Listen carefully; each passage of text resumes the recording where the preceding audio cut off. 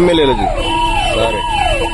దగ్గుబాటి పురంధేశ్వరి అని నేను లోక్సభ సభ్యురాలిగా ఎన్నికైనందున శాసనం ద్వారా నిర్మితమైన భారత రాజ్యాంగం పట్ల నిజమైన విశ్వాసం, విధేయత చూపుతానని, భారతదేశ సార్వభౌమత్వాన్ని, సమగ్రతను కాపాడుతానని, నా బాధ్యతల్ని శ్రద్ధాశక్తులతో మరియు అంతఃకరణ శుద్ధితో నిర్వహిస్తానని దైవసాక్షిగా ప్రమాణం చేస్తున్నాను.